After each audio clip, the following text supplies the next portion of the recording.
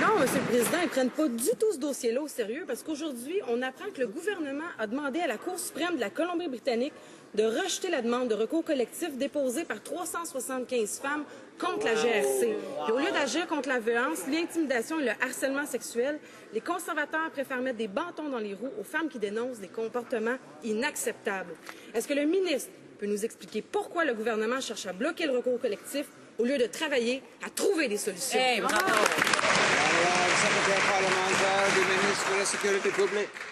Thank you, Mr. Speaker. It is imperative that all members of the RCMP be free to face the daily and expected challenges of a day's work without harassment and without fear of mistreatment by co-workers and their superiors. Mr. Speaker, as I just said, this matter is before the courts, and it would be inappropriate for me to comment further on this case. Aujourd'hui, avec le projet de loi C-59, les conservateurs veulent collecter des données biométriques sur les visiteurs avec visa de plus de 151 pays.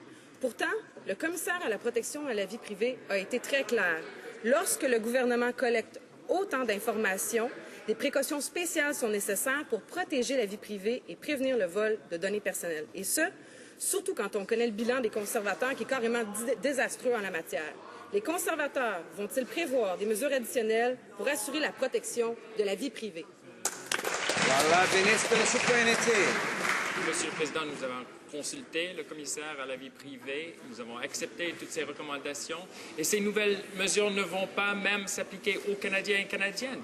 Il s'agit, Monsieur le Président, de mesures nécessaires pour protéger le Canada contre les menaces comme le terrorisme. On sait très bien que le NPD ne veut rien faire à cet égard. Il ne veut rien faire avec nos forces armées en Irak et en Syrie. Ils ne veulent rien faire pour révoquer la citoyenneté de terroristes condamnés.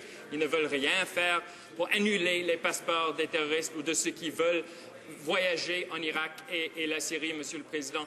Le bilan du NPD à cet égard est pénible et il est très bien connu.